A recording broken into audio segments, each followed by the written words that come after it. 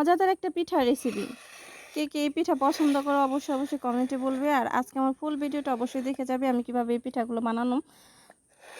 আর please আমার YouTube চ্যানেলটা সবাই সাবস্ক্রাইব করে দিবে। আর আমার সুন্দর রান্নার ভিডিও পেতে অবশ্যই আমার সাথে থাকবে। তো আজকে দেখো আমি কিভাবে এই পিঠাগুলো বানিয়েছি।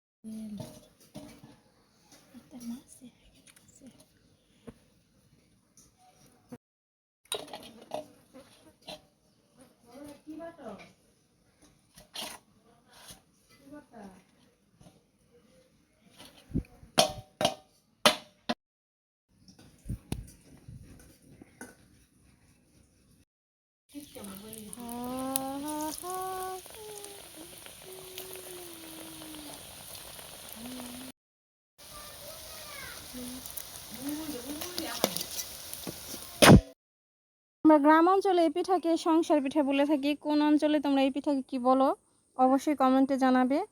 আর আজকের মতো এই পর্যন্ত শেষ। সবাই ভালো থাকবেন, সুস্থ থাকবেন, আর সবাই বাসায় একবার হলো ট্রাই করবেন। তো আমি এটা গরু মাংস দিয়ে আজকে বানিয়েছি, তোমরা ইচ্ছা করলে মুরগি দিয়েও বানাতে পারো। তো সবাই ভালো থাকবেন, সুস্থ থাকবেন। আর প্লিজ আমার ইউটিউব চ্যানেলটা সবাই সাবস্ক্রাইব করে দিন।